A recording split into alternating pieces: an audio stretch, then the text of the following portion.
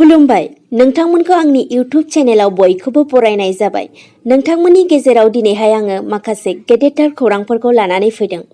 1 नम्बराव दङ हिन्जावसाफोरनो स्कुल कलेजाव थांनायनि थाखाय साफायाव 100 रां होगोन।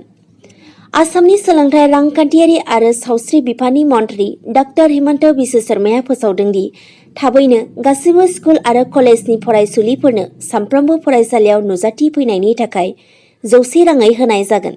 नैथियाव आसामनि मन्थ्रि हिमन्त बिश्व शर्मा बिथाङा बुंदों खस राजबंसिफोरनो एसटिखौ थाबैनो होनाय जागोन।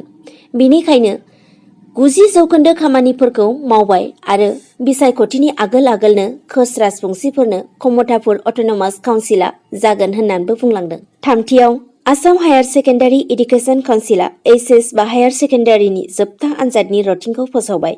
10 मेनिफ्राय आनजादा जागोन 14 जुनसिम। ब्रैथियाव फैबाय थानाय 2021 मायथाइयाव जानो गोनां एसएसएलसी बा मेट्रिक आनजादनि रुटिनखौबो सेबेआ फोसावना होबाय।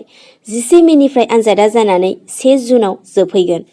बाथियाव दिनै 8 जानुवारि 2021 दिनै बिटिसिनि गोदान सरकारनि गोदान खुंथायनि गिबि बाजेट सेसन। बे बाजेट सेसनाव बिपिएफनि राजखान्थि हान्जानि सासेबो एमसिएलएआ बाहागो लानायखौ नुनो मोनाखै।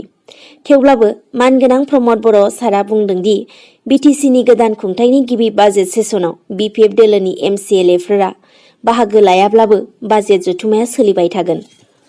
दथियाव मसुलपुरनि जिएसपि दोलोनि एक्स केन्डिडेट मानगोनां कनि केका बिथाङा दिनै इउपिपिएल दोलोखौ मोजां मोननानै इउपिपिएलआव जइन जाबाय। स्निथियाव भारतनि नखर मन्थ्रि अमित शाह बिथाङा फैबाय थानाय 24 जानुवारि खालाराव क'क्राझार जिल्लायाव दावबायफैगोन। बे दावबायफैनायाव बिटिआरनि माखासे आसुनि आरो दफाफोरखौ मावफुंनायनि थांखि लागोन होनना खौराङाव मिथिनो मोननाय जादों। लोगोफोर दिनैनि भिडिअ'आ बेखिनियानोसै।